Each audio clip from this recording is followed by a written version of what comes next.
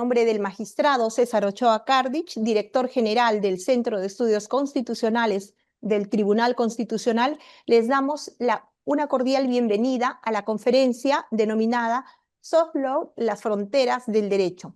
El Centro de Estudios Constitucionales es el órgano académico y de investigación del Tribunal Constitucional.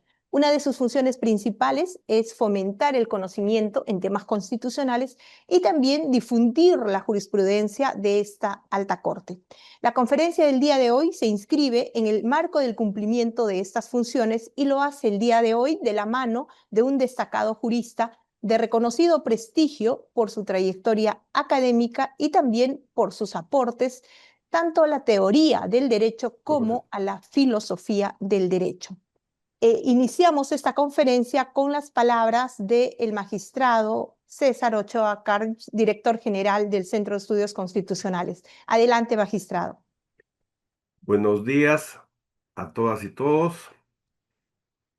En esta mañana estamos en otra jornada académica del Centro de Estudios Constitucionales con la participación del profesor Álvaro Núñez, que va a ser presentado en su currículum por la doctora Candelaria Quispe, sobre un tema muy importante, el soft law, ¿no?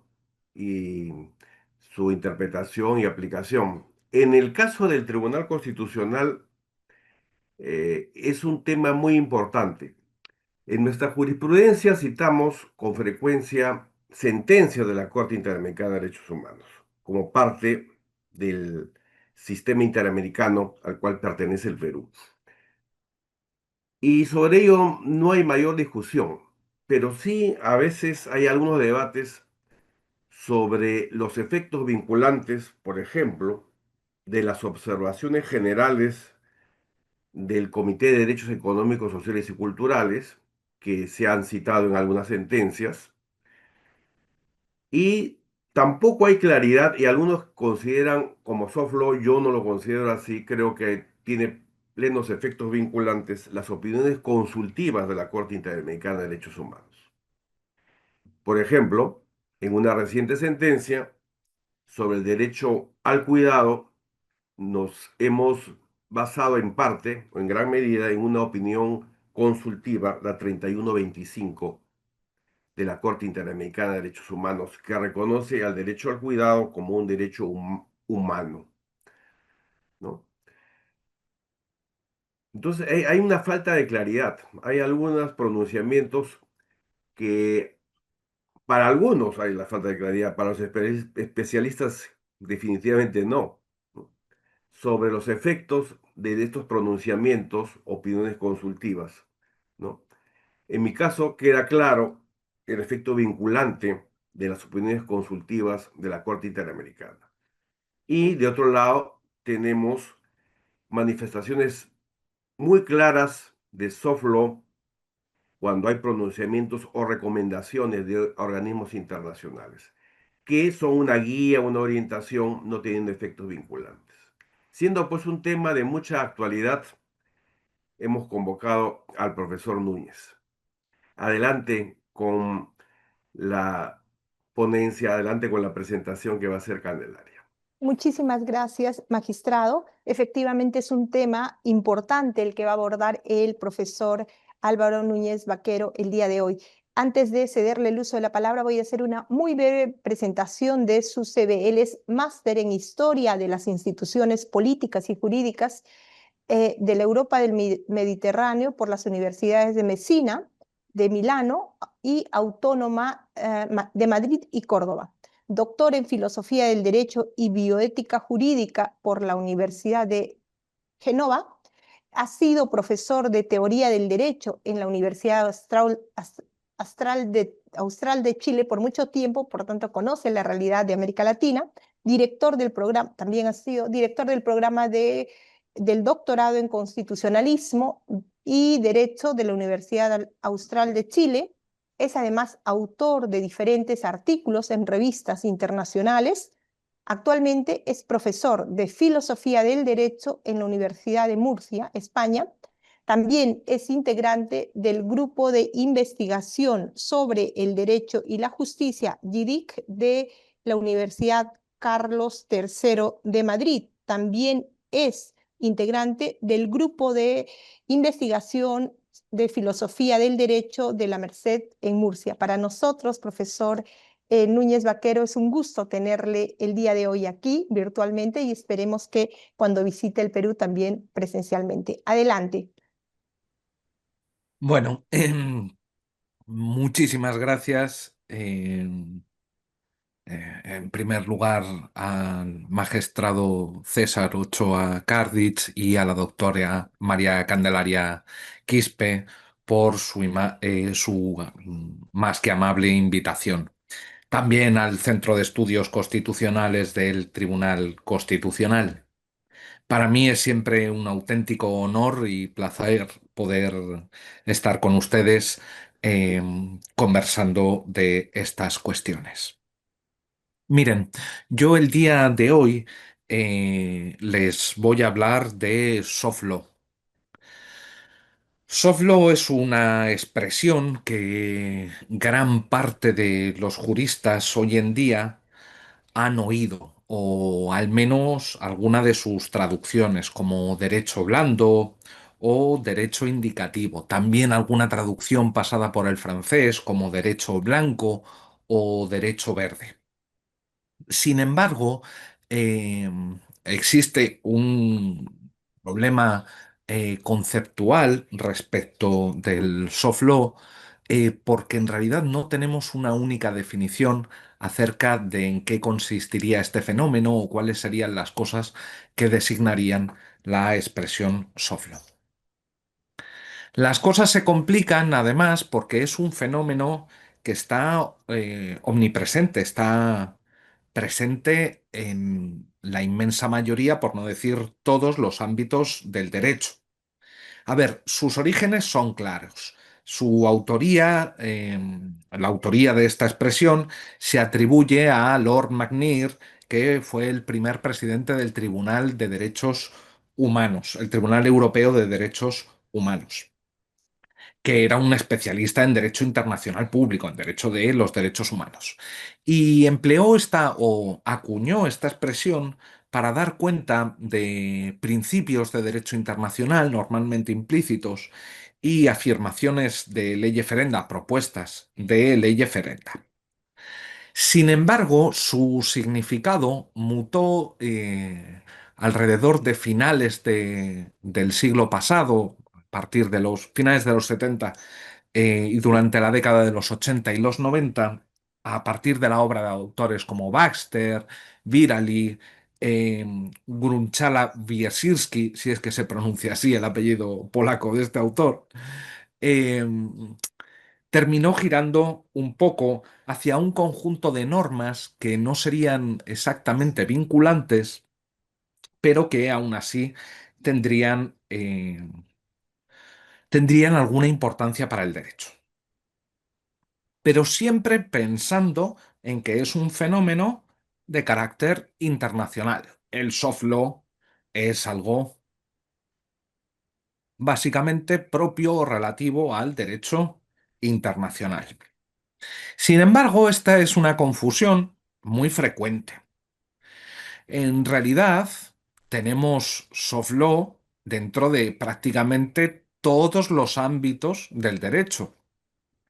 En derecho privado, especialmente comercial y mercantil, tenemos, por ejemplo, los principios UNIDROIT, que son los principios de unificación del derecho del comercio internacional, o los Incoterms de la Organización Mundial del Comercio. Pero no es que sea solo una cuestión de privados. Por ejemplo, en dos de los ámbitos donde el principio de legalidad sería más estricto en los modernos estados de derecho, como el derecho penal o el derecho tributario y el derecho tributario, también encontramos soft law. Como por ejemplo, en el ámbito penal tenemos las recomendaciones del GAFI, que es la Organización para la Lucha contra el Blanqueo de Capitales para financiar el terrorismo, o en ámbito tributario a la OCDE y sus comentarios a sus tratados, sus leyes tipo o leyes modelo. Sin embargo, alguien podría decir que aún así sigue tratándose de un fenómeno internacional, sí, que se fija en diferentes ámbitos, pero de carácter básicamente internacional. Sin embargo, también es un fenómeno nacional, generado de manera nacional. Pongo algunos ejemplos peruanos. Yo, desde luego, no soy un especialista en soft law de carácter peruano, pero si uno de origen peruano, pero si alguien busca un poco, puede encontrar las guías del INDECOPI o la elaboración de políticas nacionales también por el INDECOPI, los protocolos de actuación del Poder Judicial, las normas técnicas de INACAL, los lineamientos bancarios del SBS, las directrices ambientales de la UEFA o los informes de la SUNAT. En realidad, el soft law es algo que está mucho más presente en nuestra vida jurídica de lo que pensamos. De hecho, de nuevo, aunque no soy un especialista y menos frente al magistrado Ochoa Cárdiz, en la jurisprudencia del Tribunal Constitucional de Perú, en su momento el Tribunal Constitucional dictaminó que el soft law debía de ser usado para interpretar normas constitucionales e internacionales. Bueno, pero ¿qué es esto del soft law? A ver, como les comentaba, tenemos un primer problema, que es que tenemos multitud de definiciones. No les voy a decir que hay tantas definiciones como autores, pero la diferencia tampoco es demasiado alta. Hay muchas definiciones. Y bueno, hay muchas definiciones. ¿Por qué? Porque, claro, no hay acuerdo respecto de su definición, pero ¿por qué no hay acuerdo? Pues miren, uno de los principales problemas es que el dominio de cosas que son designadas como soft law es amplísimo, con una heterogeneidad enorme. Alguien se habrá podido, de hecho, sorprender respecto de la lista que he pasado inicialmente, porque claro, estamos metiendo desde, o estoy incluyendo desde las recomendaciones de la OCDE o del GAFI a las normas técnicas INACAL o los informes tributarios de la SUNAT. Además, existen algunas singularidades respecto del soft law internacional respecto del soft law de los diferentes estados. De hecho, incluso hay un soft law propio de la Unión Europea que también tiene sus singularidades. Sin embargo, la heterogeneidad de instrumentos de soft law no debe hacernos renunciar a la tarea de intentar definir, para intentar comprender qué es esto del soft law. Sería tanto como decir que por el hecho de que los diferentes ordenamientos jurídicos son muy diferentes, no podemos intentar definir qué es el soft law. Miren, la definición que está más asentada, o las definiciones que están más asentadas, provienen de dos autores, Francis Snyder, que es un internacionalista, y Linda Senden, que es una especialista en derecho europeo, que han tratado o han definido el soft law como un conjunto de normas no vinculantes, pero que pueden tener efectos prácticos o jurídicos indirectos. Ello pese a que no sean derecho en sentido estricto.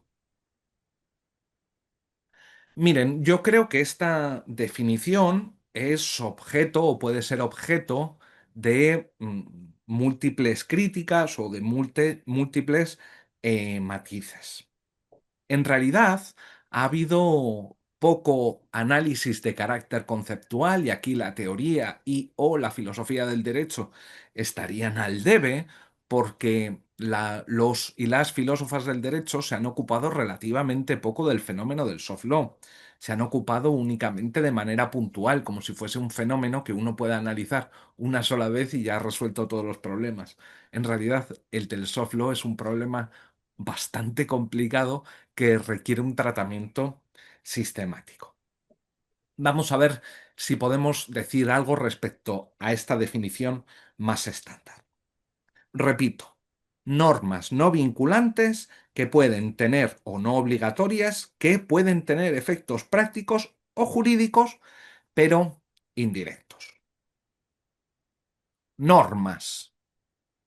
Son normas. ¿Seguro que solo normas?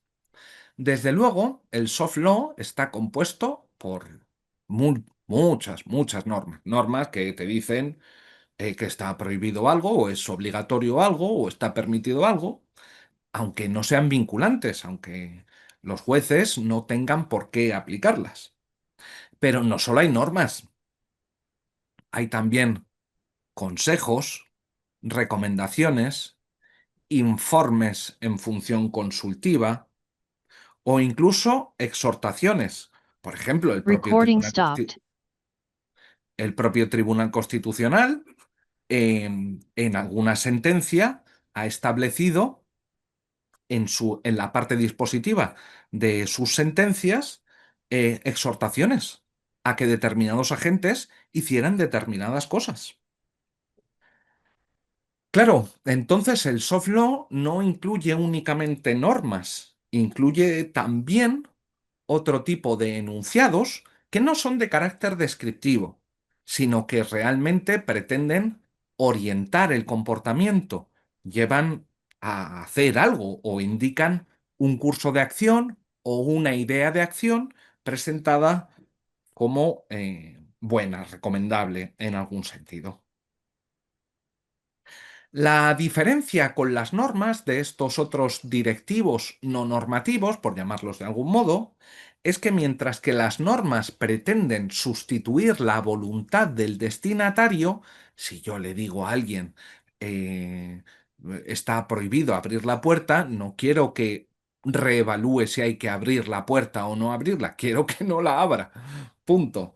Mientras que si yo doy un consejo o una recomendación, lo que estoy haciendo es introducir una razón en el razonamiento del destinatario, aunque sin pretender por ello que deje de realizar un balance entre las razones.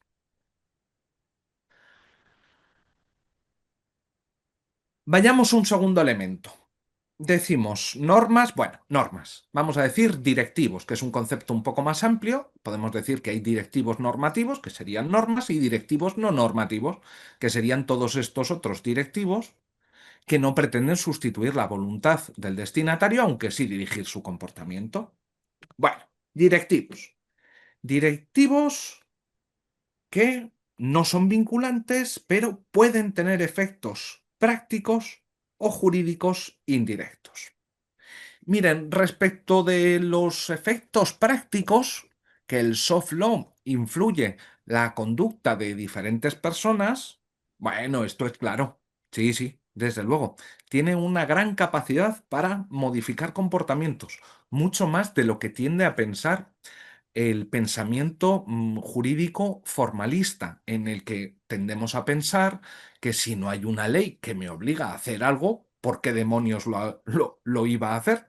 Bueno, pues en realidad la gente cumple bastante con el soft law, pese a que no sea obligatorio cumplir con él. Pero sobre todo, lo más importante es que se afirma que el soft law podría tener efectos jurídicos indirectos. No es que tenga siempre efectos jurídicos indirectos, es solo una posibilidad, pero serían esto, indirectos. ¿Y qué quiere decir la literatura cuando habla de efectos o indirectos? ¿Qué quiere decir este indirecto? Bueno, lo que quiere decir indirecto es que se producen en virtud y sí, solo sí, hay una norma que habilita, redirige, reenvía a un instrumento de soft law. De este modo, solo si una ley se refiere a un instrumento de soft law, este tendría efectos Recording in jurídicos progress. indirectos.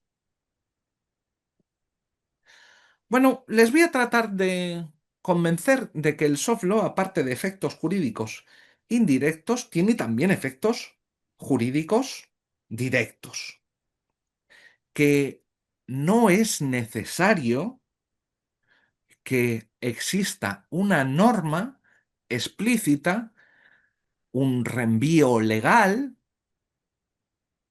para que el soft law pueda tener efectos jurídicos. ¿Y qué quiere decir que tenga efectos jurídicos? Miren, por efectos jurídicos, la literatura especializada en soft law normalmente entiende la modificación de posiciones jurídicas subjetivas. Diremos que un instrumento tiene efectos o produce efectos cuando se ve modificada la posición subjetiva de alguien. Cuando alguien de repente tiene un nuevo derecho, o deja de tener un derecho que antes tenía, o tiene una obligación, o pasa a ser competente para algo, o inmune frente a determinados actos, y así sucesivamente. Bueno, vayamos con la parte fácil. El soft law tiene efectos jurídicos indirectos. Bueno, la práctica totalidad de la literatura en lo que está pensando es en que haya una remisión expresa legal. Sin embargo, el soft law puede tener efectos jurídicos indirectos también de otras maneras.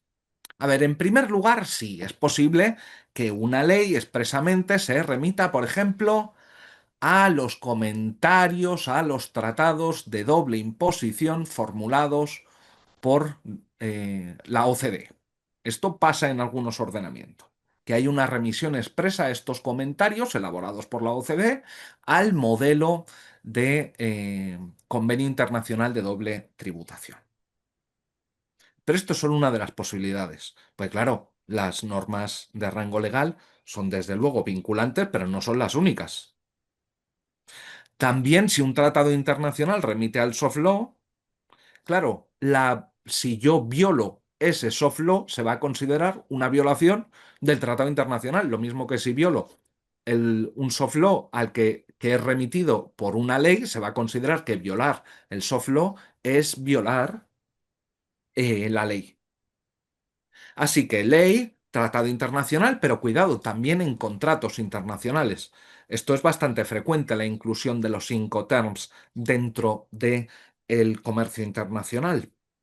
Pero sobre todo, y en cuarto lugar, sobre todo porque pasa muchas veces desapercibido, a través de los precedentes. Si lo que tenemos es una decisión de un órgano jurisdiccional competente para dictar precedentes que dice que determinado instrumento de soft law es vinculante, pues pasa a ser vinculante. Sí, claro, desde luego. Por ejemplo, el magistrado Ochoa Cardich ha hecho referencia a las opiniones consultivas o al Comité de Naciones Unidas o a alguno de los comités de Naciones Unidas especializados. El Tribunal Supremo Español ha hecho una cosa muy parecida en los últimos años, y es que ha reconocido que las resoluciones del Comité de la CEDAW, de eliminación de todas las desigualdades de género, también son vinculantes, y no solo. Pero miren, esta primera vía es la sencilla, la más facilonga, cuando entra por ley, contrato, tratado o precedente. Pero es que, hay muchos casos en los que no es la ley el que menciona el soft law, sino al revés. Es el soft law el que menciona a la ley o a un instrumento vinculante, pero sin que el instrumento vinculante mencione al soft law. Y les pongo un caso claro y paradigmático. No sé si saben lo que es el Comité Zanger. El Comité Zanger es un comité que se dedica a interpretar de manera auténtica el artículo 3.2 del Tratado de No Proliferación de Armas Nucleares. Bueno, este comité Zanger, que lleva el apellido de un físico suizo que fue el primer presidente, a lo que se dedica es a determinar cuáles son los elementos prohibidos para el comercio, tanto de minerales, uranio, etcétera, etcétera, como máquinas. Este grupo a lo que se dedica es a crear una The Trigger List, que es como una especie de lista de esto no. ¿Sí?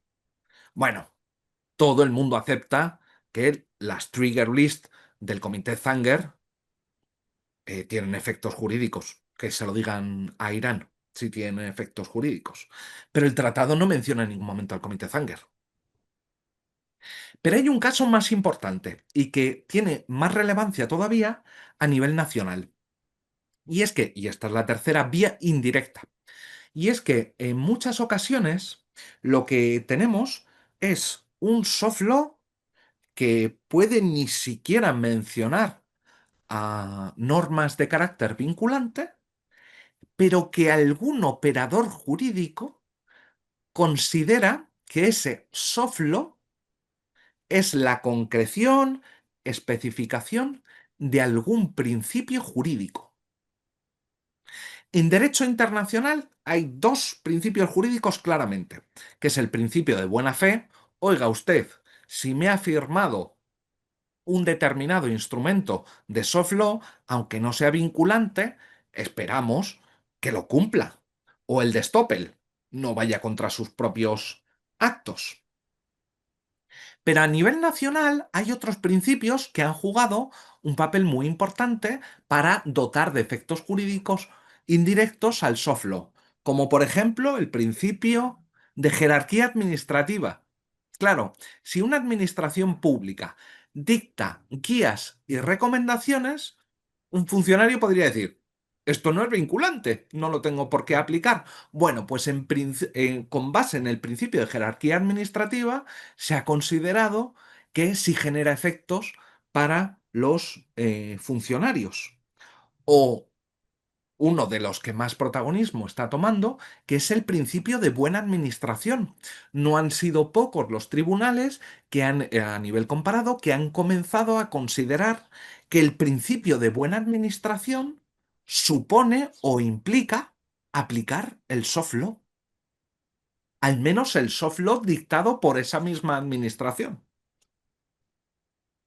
En Perú, aunque se ha hecho de manera explícita, los protocolos de justicia intercultural del Poder Judicial están amparados en los principios de igualdad y tutela judicial efectiva. Y los ejemplos se podrían seguir continuando. Pero miren, el soft law también genera efectos jurídicos directos. Esto sorprende mucho porque, claro, estamos definiendo el soft law como instrumentos no vinculantes que solo generan efectos jurídicos indirectos. Es decir, que tiene que pasar el soft law de alguna manera por normas jurídicas vinculantes. Tiene que estar mediado por normas jurídicas vinculantes. Y yo les digo, o no, o no. Miren, en muchas ocasiones lo que sucede es que se produce un acuerdo posterior a la emanación, esto es importante, posterior a la emanación por parte de los destinatarios de estos directivos de soft law. Por ejemplo, los acuerdos interbancarios de Basilea, entre bancos centrales. Cuando se firmaron, parecían guías de buenas prácticas, pero con posterioridad todo el mundo sabe que se opera dentro del marco de los sucesivos acuerdos de Basilea, porque esto tiene efectos jurídicos. Ahora bien, lo que no hay que confundir es la posibilidad de que el soft law tenga efectos jurídicos directos, porque se ha producido un acuerdo, normalmente implícito, entre los destinatarios respecto de que un determinado instrumento, un determinado conjunto de directivos van a tener efectos jurídicos, a crear normas vinculantes poniéndole la etiqueta de soft law. Esto es otra cosa. Miren, imagínense, o tampoco, o alguien puede recordar, a algún estado que le pone algo, el nombre de protocolo, guía de buenas prácticas, o como le quieran llamar, consejos o recomendaciones, y que sin embargo lo que contenga sean normas jurídicas vinculantes. Normas que si un juez no aplica, su sentencia va a ser considerada incorrecta y por tanto inválida. Un juez o un órgano administrativo. Claro, si lo que tenemos es un instrumento, un conjunto de directivos que son creadas con la intención de que su no aplicación genere incorrección o genere invalidez, claro, entonces esto, esto es crear derecho irregular. Esto es saltarse los procedimientos y caer en una desviación de poder. Y es que estoy aprovechando mi competencia de crear instrumentos de soft law para crear normas vinculantes. En la Unión Europea tenemos un largo historial de esto, básicamente porque la Comisión, en no pocas ocasiones, ha usado el soft law para crear normas vinculantes sobre materias en las que no tenía competencia o tenía una competencia compartida. Esto ha pasado mucho. Pero a su vez, la creación de normas irregulares bajo túnicas o bajo nombre de soft law no debe ser confundido con el soft law de carácter coercitivo. Nosotros cuando pensamos en coerción pensamos en la coerción estatal.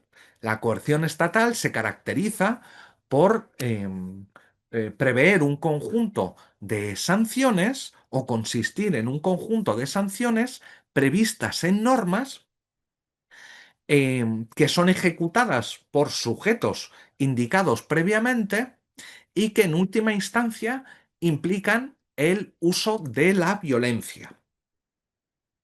A ver, si por coercitivo estamos pensando en esto, soft law y coercitivo no podrían ir en la misma frase, porque entonces lo que tendríamos no es soft law, es abiertamente derecho. Ahora bien, esto no significa, como han pensado muchos autores, que el soft law carezca de mecanismos de control o de coerción. Allá por los 80-90 del siglo pasado se pensaba que el soft law se caracterizaba por la ausencia de controles de cumplimiento. Y esto es francamente falso. Incluso cuando un gobierno o una administración pública crea un plan nacional, el que quieran, hasta en esos casos se producen comisiones o de manera posterior a la elaboración de estos planes, se producen comisiones de seguimiento, comisiones para ver si se está cumpliendo o no. A nivel internacional, desde luego, se producen el GAFI, OCDE, Organización Mundial de la Salud, Comisión de Venecia. La lista es gigantesca, gigantesca. De hecho, también hay no solo mecanismos para comprobar que se está cumpliendo, sino también mecanismos para forzar el cumplimiento. Eso sí, no pueden suponer el uso de la violencia, porque entonces estamos hablando de otra cosa. Pero antes que la violencia, hay muchas cosas que se pueden hacer. Pienso en el caso de las recomendaciones del GAFI, les recuerdo, Grupo de Acción Financiera que lucha contra el blanqueo de capitales que financia el terrorismo. Bueno, el GAFI, que es un organismo bastante inequitativo, porque tiene una serie de socios iniciales y el resto son invitados a través de órganos regionales, algunos con voz pero todos sin voto, el GAFI lo que hace también es administrar las ayudas técnicas para la lucha contra el blanqueo de capitales. Claro, presta ayuda técnica a los estados. ¿Y qué pasa si no cumples con las recomendaciones, las 40 recomendaciones del GAFI? Porque te dejan de prestar ayuda para la lucha contra el blanqueo de capitales. ¿Y quién se puede permitir eso hoy en día?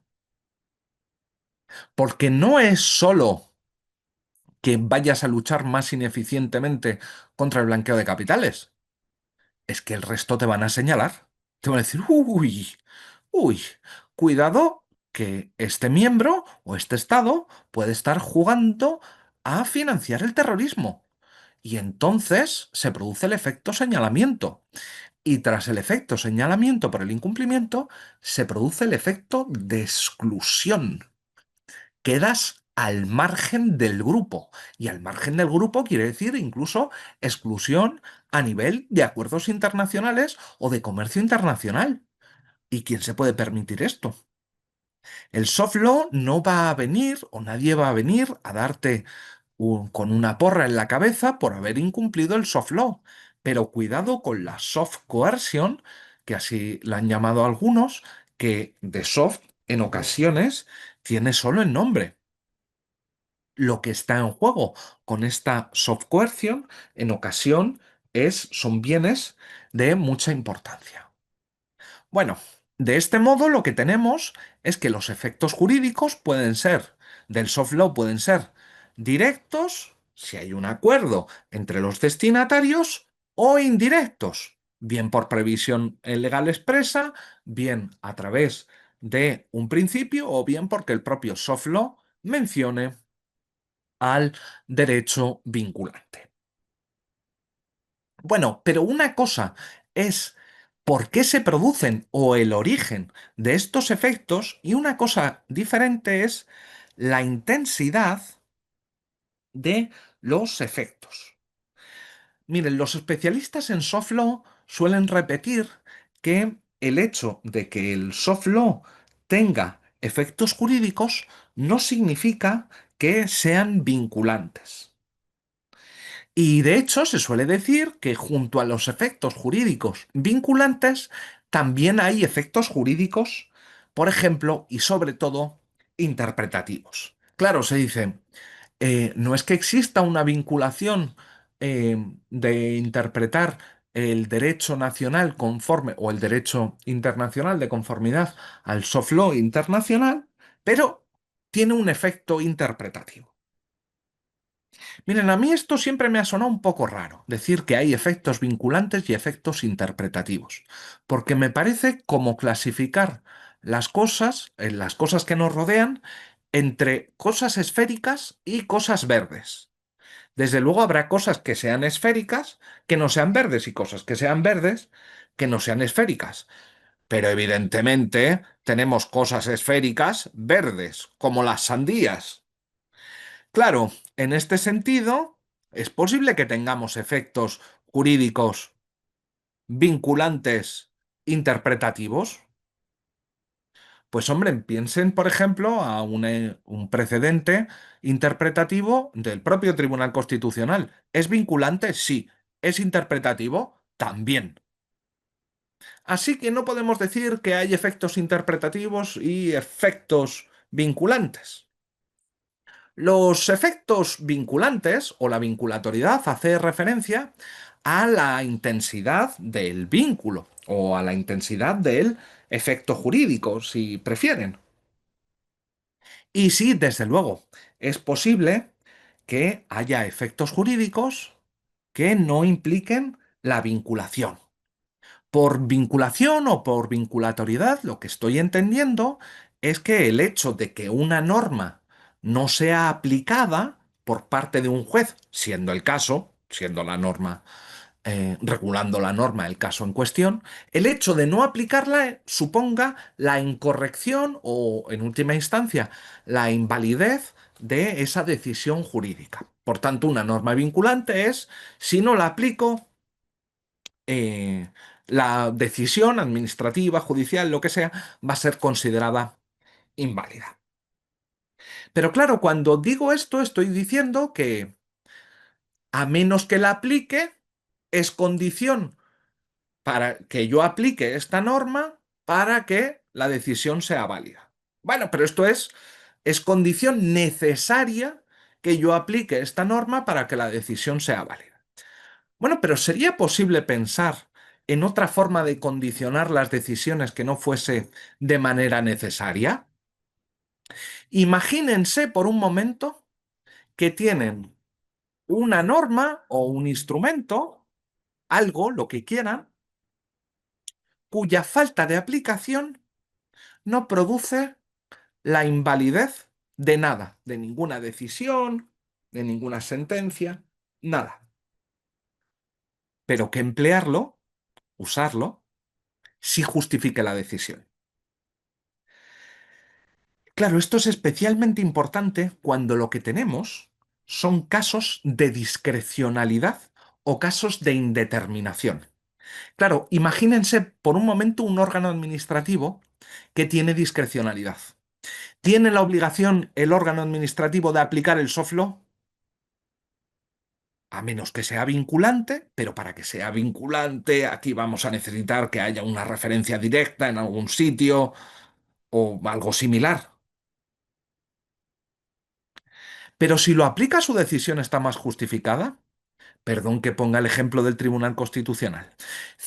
¿Sirve de algo citar a las opiniones consultivas? ¿Sirve de algo citar las resoluciones de los órganos especializados de Naciones Unidas? Miren, yo creo que quien cita, cita siempre por algo, especialmente cuando es un tribunal. Si cita es porque considera que esto hace que su decisión esté mejor justificada. ¿Significa esto que yo puedo basar una decisión jurisdiccional, administrativa o judicial que sea únicamente en soft law? Depende del instrumento de soft law. ¿En ocasiones puede ser una justificación suficiente? Bueno, si lo que tenemos es discrecionalidad administrativa, tengo que decidir un contrato administrativo y de repente doy con una guía de compras sociales, de estas que te indican criterios, una de la OCDE, por ejemplo, que te indica que para que una compra sea socialmente responsable, pues tal vez no te tienes que ir únicamente a la opción más barata, sino que tienes que ver que sean productores locales, que se hayan respetado derechos sociales, que se haya normas medioambientales. Pregunta, si un órgano administrativo decide con base en esto y no opta por la oferta más barata, sino por la socialmente más responsable, ¿la decisión administrativa está justificada? No me corresponde a mí responderla. Lo que sí les señalo es que con algunos instrumentos de soft law, sí, con otros no, y que depende de jurisdicción en jurisdicción, pero que el soft law tiene esta capacidad de servir para justificar decisiones jurisdiccionales. Y no es que sea como decidir con base en normas morales o normas políticas. No, miren, el soft law no son normas morales ni normas sociales. Tiene un par de características que lo acercan mucho al derecho, a los ordenamientos jurídicos. Miren, en primer lugar, el soft law está emitido siempre por autoridades. Si nosotros nos encontramos a un sujeto en el que no confiamos en que lo que él dice puede hacer que operemos mejor, eso no es soft law, eso es alguien dando su opinión. Ahora bien, si quien te da la opinión es la Comisión de Venecia, entonces, entonces lo leo, entonces lo atiendo. Decir que el soft law proviene de autoridades, no, al afirmar esto no estoy queriendo decir que el soft law funcione como las normas de una autoridad de tipo RAS, de mira, es que tienes que hacer esto porque lo dice la autoridad y paralizando el resto de razones en juego. No, no, no estoy yendo tan lejos. Lo que sí digo es que el soft law es un membrete. Claro, si tú en el membrete ves Organización Mundial de la Salud, Comisión de Venecia o OCDE, esto pasa un primer filtro. ¿Y cuál es ese primer filtro? Ese primer filtro es que te lo lees, que lo consideras como parte del razonamiento jurídico. Puede que sea desplazado después, que no sea lo que más peso tiene, etcétera, etcétera.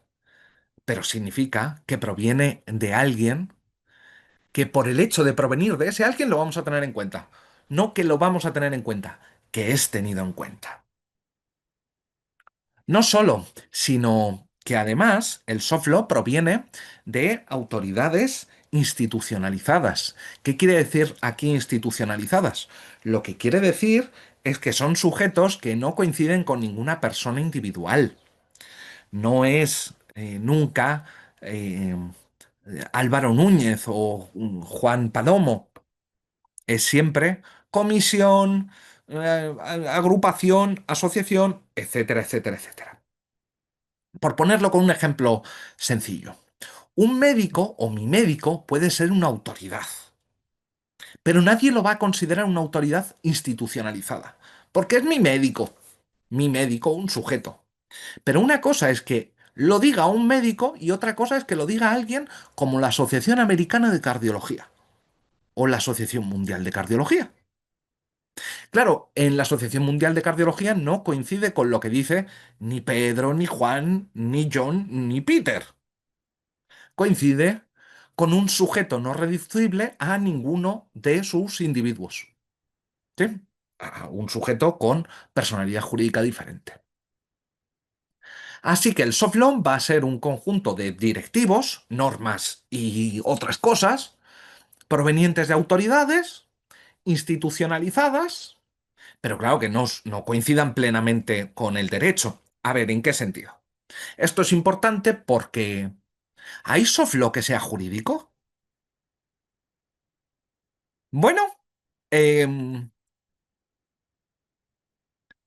¿los ordenamientos jurídicos nacionales conceden a algún sujeto competencia para dictar soft law? Respuesta, sí, por supuesto. Desde planes a guías. El artículo 288 del Tratado Fundacional de la Unión Europea dice que informes y recomendaciones no serán vinculantes, pero lo que está haciendo es, comillas, autorizar su creación. ¿Son jurídicos? Bueno, autorizados por normas jurídicas, dirigen el comportamiento. ¿Por qué no? Lo que no es el soft law, claramente, son instrumentos que sean aprobados bajo un procedimiento que produzca normas vinculantes. Claro, las leyes no son soft law, la Constitución no es soft law. Bueno, hay un detalle. Y es que en ocasiones legisladores o tribunales, como les decía antes, el Tribunal Constitucional, incluyen algunos de estos directivos no normativos en instrumentos o en documentos vinculantes. En sentencias se han incluido exhortaciones. La Corte Internacional de Justicia dicta recomendaciones hasta el aburrimiento. También los consejos, las comisiones especiales de derechos humanos de Naciones Unidas, también, también. Miren, a estas alturas, varios de ustedes, porque, mm, doctora Quispe, perdón, es que no sé cuánto tiempo llevo, disculpe. Sí, tiene 5 minutitos para Vale, terminar. perfecto, que es que no lo había apuntado. Muchas gracias. A algunos de ustedes, supongo que ya les habrán saltado, no muchas, sino absolutamente todas las alertas respecto de los instrumentos de soft law, porque esto es un instrumento bastante peligroso, bastante peligroso. Sin embargo, antes de pasar a los peligros, déjenme contarles 4 o 5 virtudes que tiene el soft law.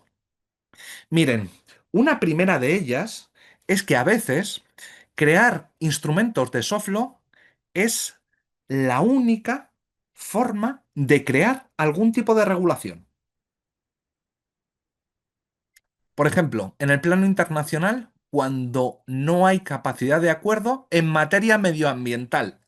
El derecho medioambiental internacional ha sido, en parte, hecho a golpe de soft law, porque los estados no se ponían de acuerdo en normas vinculantes, pero en instrumentos de soft law. Dos, se crea rápidamente.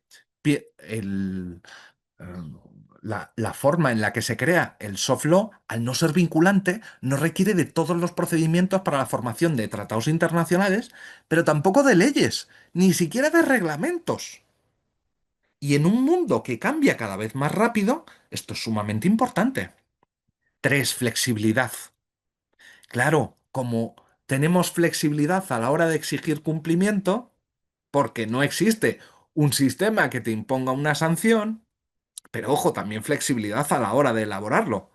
Como no son reglas procedimentales establecidas por la ley, por la Constitución o por el derecho de los tratados, pues si en un momento determinado no las queremos saltar, nos las saltamos. 4, esto implica que sea mucho más barato.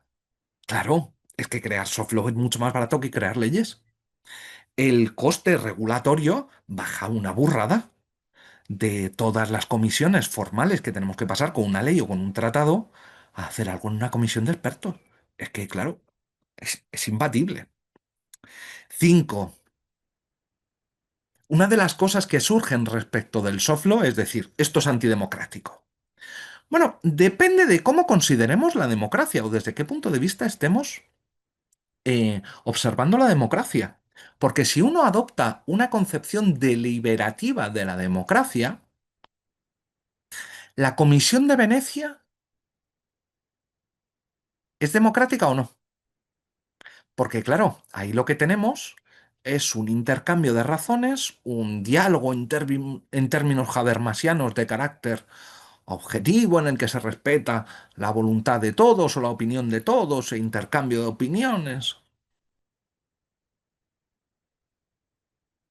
De hecho, puede servir también para incluir más sujetos dentro de la discusión. Como no tenemos reglas formales, si queremos llamar a un grupo que no estaba incluido, pues lo único que tenemos que hacer es llamarle. Y decimos, oye, ¿tú qué opinas de esto? 6, sirve para la estabilización de expectativas. Cuando el derecho está muy indeterminado, tener soft law, cuando no sabemos bien qué es lo que quiere decir la ley, tener soft law ayuda, claro. Parecería que sirve para saber a qué atenerme. Pero, como les decía, esto supone algunos, o el soft law supone algunos desafíos, importantísimos desafíos, tanto para la democracia como para el Estado de Derecho. Voy ligero. Para el Estado de Derecho y la seguridad jurídica, primero, cuidado con la publicación. El soft law normalmente no se publica en diarios oficiales. Hay casos que sí y hay casos que no. Con lo cual tienes que ir a encontrarlo a las páginas web. Es decir, que no tienes un aviso oficial de que hay nuevo soft law. Esto en el mejor de los casos, porque en el peor son normas de pago. Toda la normativa técnica suele ser normas de pago, lo que al más mínimo sentido del Estado de Derecho le produce un escalofrío en la espalda tremendo.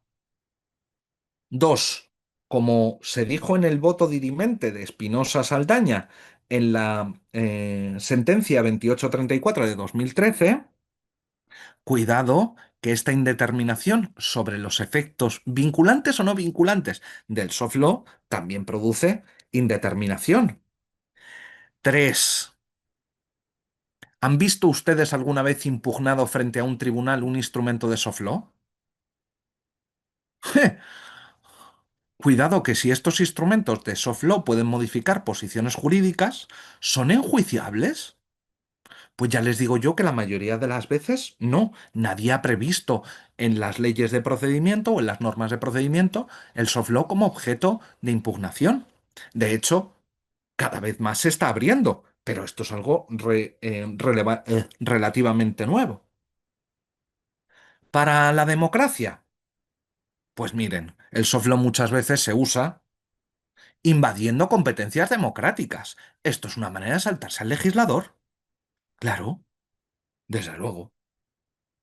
2, quienes formulan el soft law muchas veces, perdonen lo explícito, pero son burócratas sin ningún tipo de responsabilidad política. Muchas veces ni sabemos quiénes son, qué responsabilidad política van a tener. Ninguna, sin, ni siquiera les conocemos.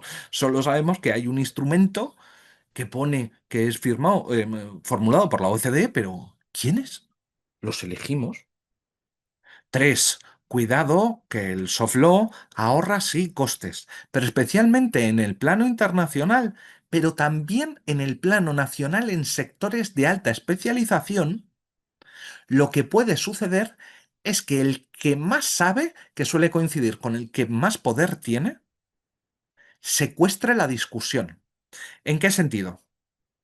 Digo, voy a formular soft law y lo que hago es mandar una propuesta inicial a todos los actores para que se adhieran, pero no para que la discutan. Claro, si yo, por ejemplo, soy el sujeto que se encuentra en mejor posición para regular, pero además tengo intereses particulares, esto se llama secuestrar la discusión. Cuarto, implica saltarse muchas garantías democráticas. A ver, si tenemos procedimientos tan lentos para la elaboración de la voluntad popular, formación de las leyes, no es por capricho. Esto es porque pretendemos que se cumplan determinadas garantías para respetar que la formación de la voluntad popular sea, aquí puede haber discusión, pero sea reflejo de los intereses del pueblo o varias cosas, pero no están ahí gratuitamente. Y el soft law directamente pasa por encima de estas cosas. Miren, creo que el soft law requiere de nuestra atención o requiere mucha más de nuestra atención de lo que se la prestamos. No solo es que esté presente ya en todos los ámbitos, sino que va a estar presente cada vez más. Primero, porque el mundo está cambiando muy, muy, muy rápido y tratar de adaptarse a él con los instrumentos como tratados internacionales o leyes no siempre funciona. Les dejo solo dos letras para que entiendan esto. IA. Segunda cuestión. En casos de crisis política permanente, no lo sé, tipo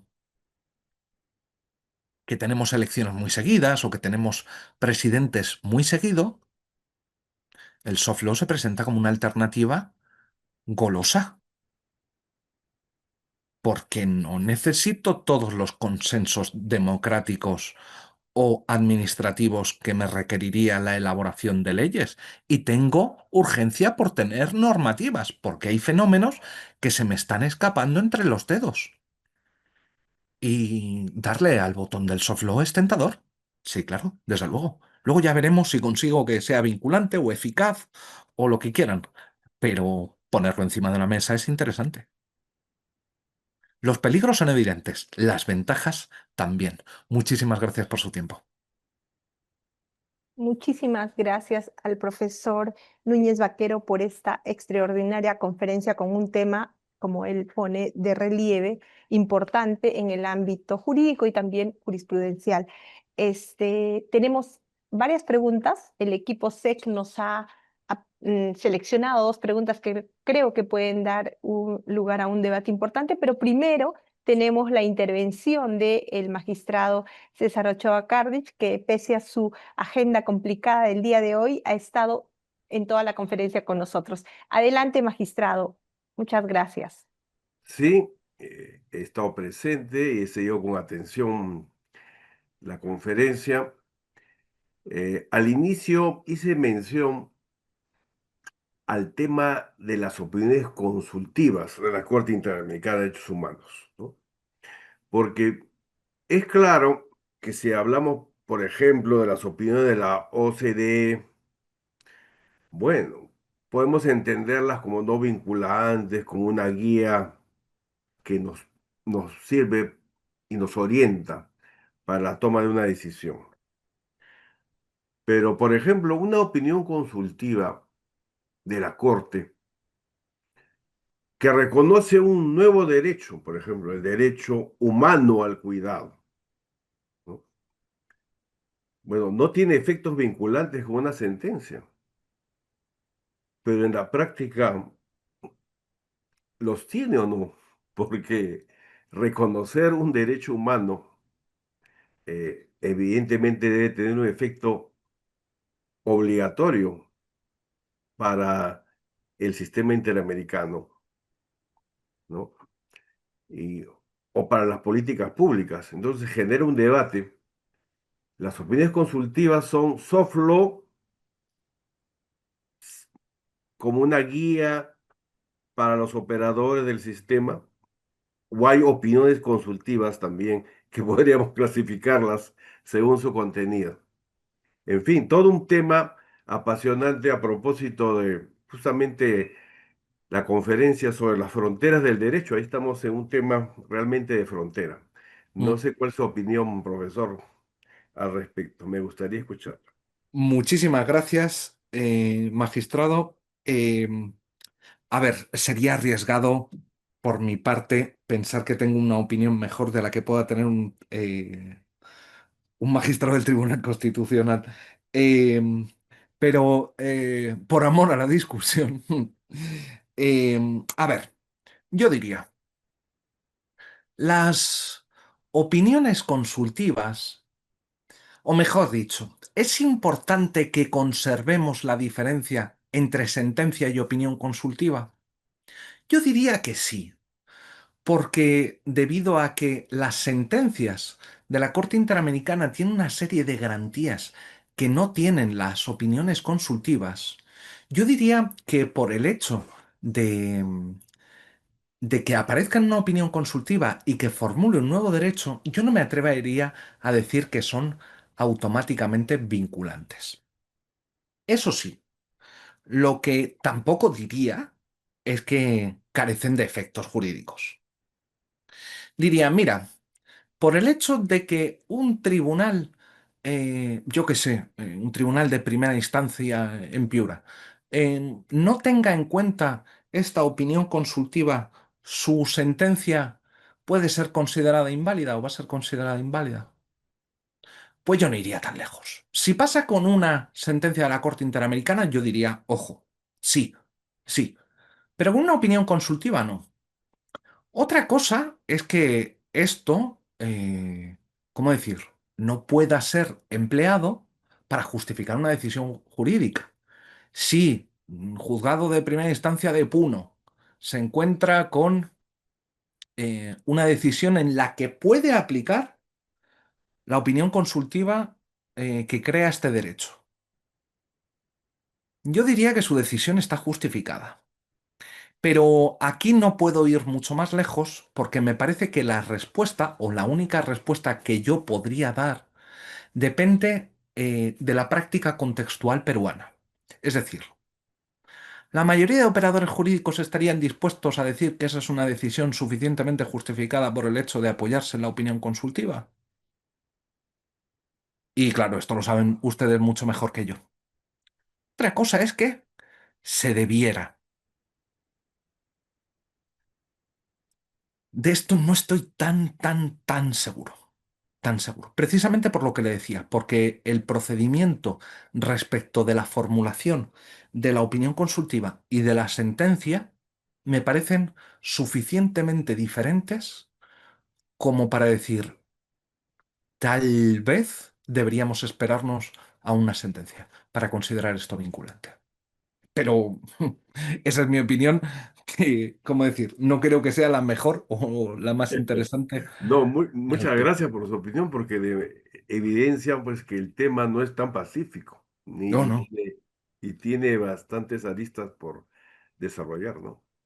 desde luego, desde Así. luego. Muchísimas gracias. Perfecto, muchísimas gracias, magistrado. Muchísimas gracias, profesor Núñez Vaquero. Tenemos dos preguntas más y tenemos poquito tiempo, entonces creo que esta también puede dar lugar a un debate importante. La primera es, si un Estado cumple sistemáticamente con instrumentos de soft law, recomendaciones de la OMS, directrices de la OCDE, resoluciones no vinculantes de la ONU, ¿en qué momento esa práctica constante genera una expectativa legítima que se vuelve jurídicamente exigible?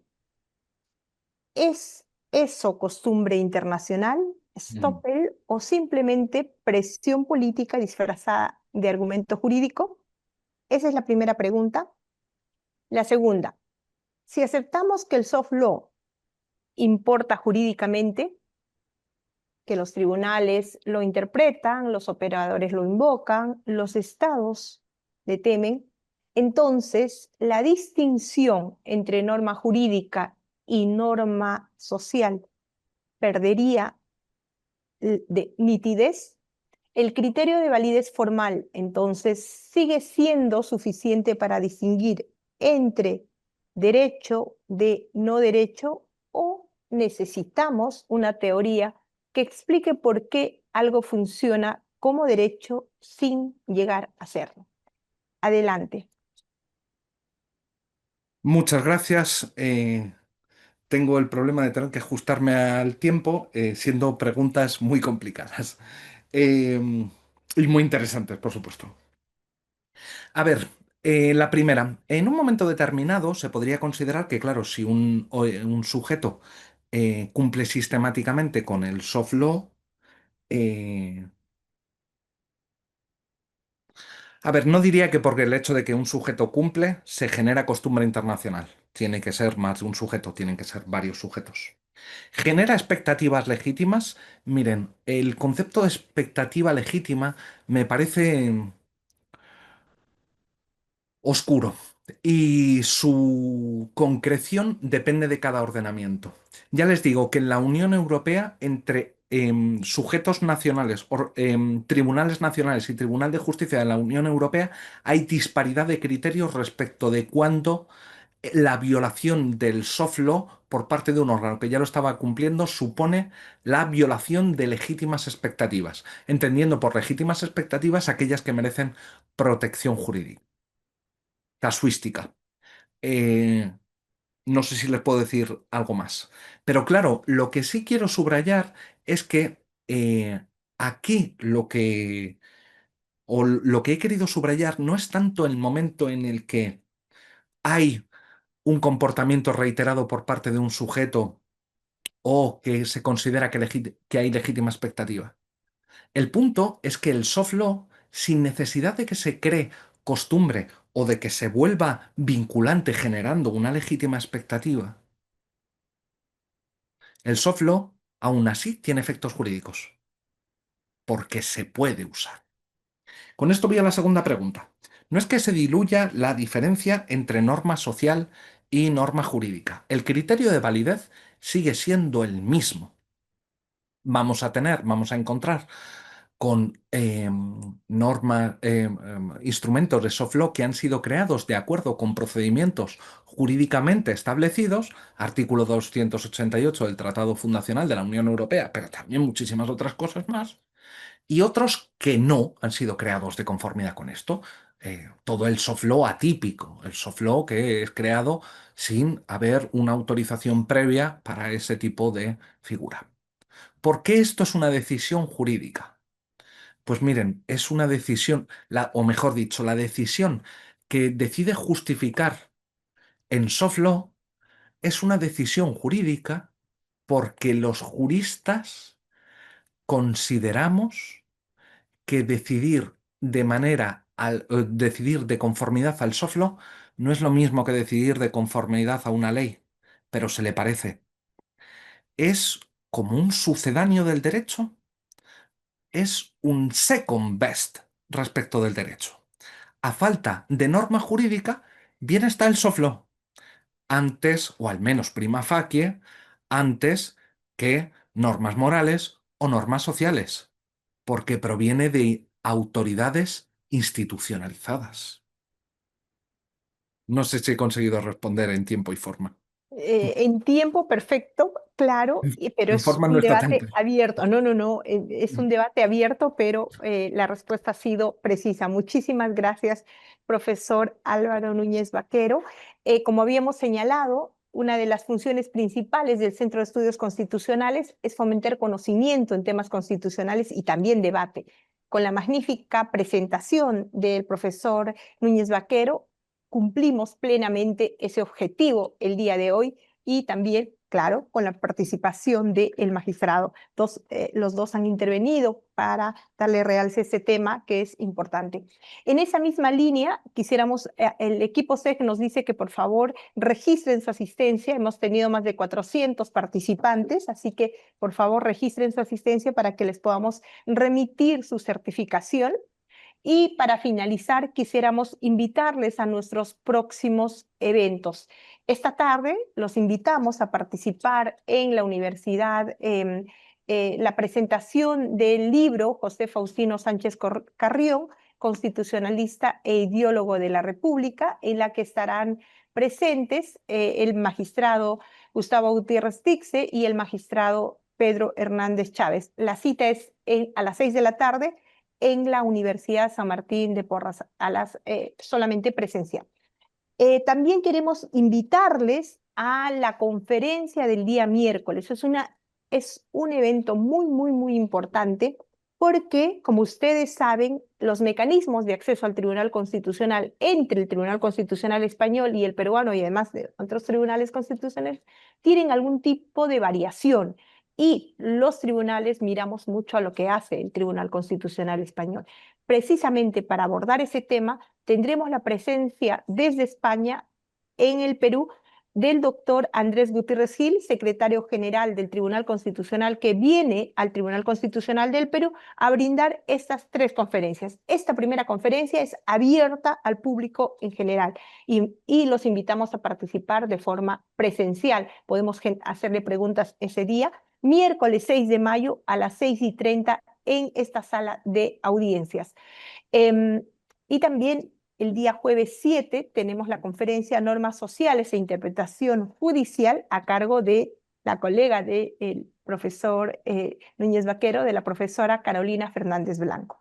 Los invitamos entonces a esta conferencia y les agradecemos de manera especial que nos hayan acompañado el día de hoy. De este modo, entonces, profesor Núñez Vaquero, reiterando nuestro agradecimiento, damos por concluida la conferencia del día de hoy. Muchísimas gracias con todas y con todos. Muy buenas tardes.